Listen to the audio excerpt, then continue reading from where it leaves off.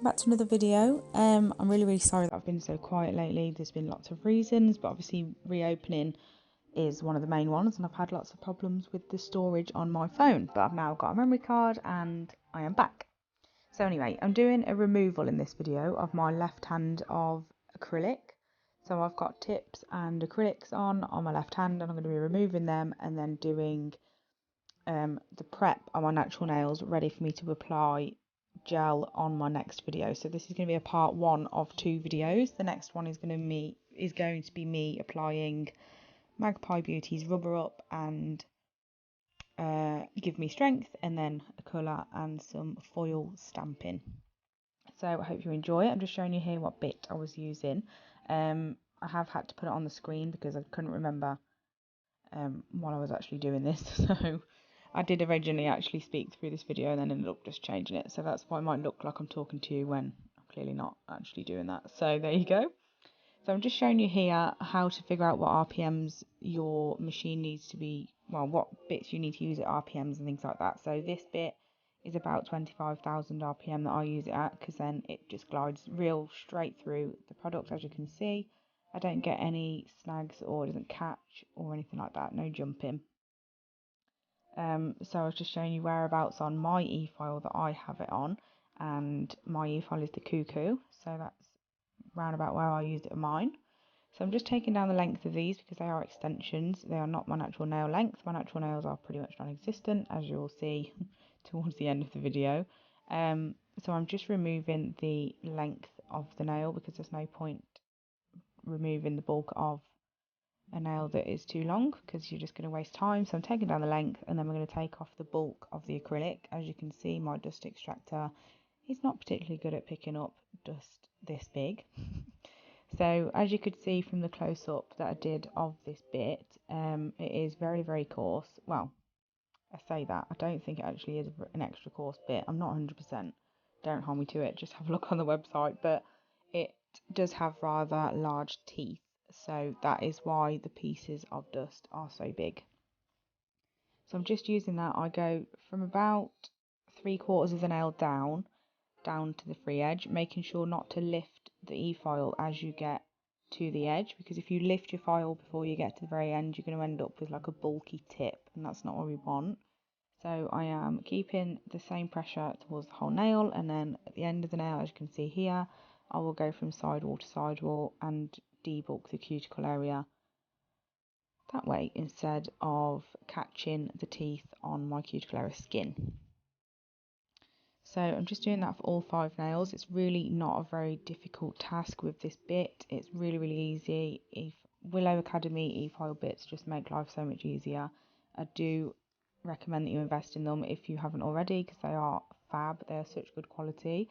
I've got the purple range set, and they're just, not only do they look incredible, but they work really well as well. So that's always good. You don't need any pressure, just letting the bit do the work for me, which is obviously much better for us as nail techs as well, because we don't get as much pain from filing.